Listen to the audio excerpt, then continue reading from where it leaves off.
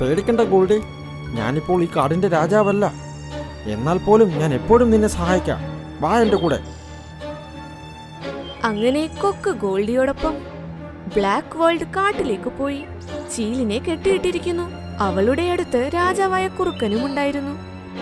ഓഹോ, നീ വന്നല്ലോ ഗോൾഡി. രക്ഷിക്കേ നിന്റെ ഭാര്യയെ. നോക്കട്ടെ ഇത്തവണ നീ എങ്ങനെ രക്ഷിക്കുമെന്ന്. കുറുക്കൻ രാജാവ്, കാലുക്കുറുക്കന് താങ്കൾ രാജാവായതിൽ അസൂയയുണ്ട്. അതുകൊണ്ടാണ് താങ്കളുടെ കാടിന്റെ പേര് ഇല്ലാതാക്കാൻ നോക്കുന്നത്. അതുകൊണ്ടാണ് അവൻ ഗോൾഡിയെ ഒരു ഇരയാക്കി മാറ്റിയത്, കാടുകൾ തമ്മിൽ അടിയുണ്ടാക്കാൻ. എന്നാലല്ലേ താങ്കൾ ദേശത്തിൽ ദുഷ്പ്രവർത്തികൾ ചെയ്യുകയുള്ളൂ. ഞാൻ ആ കാലുകുറുക്കനെ ജീവനോടെ വിടില്ല. രാജാവ് കുറുക്കൻ കാലുകുറുക്കനെ വിളിക്കാനായി പോയി. കൊക്കു രാജാവ് തന്റെ ചുണ്ടുകൾ കൊണ്ട് ചീലിന്റെ കെട്ടുകൾ അഴിച്ചു.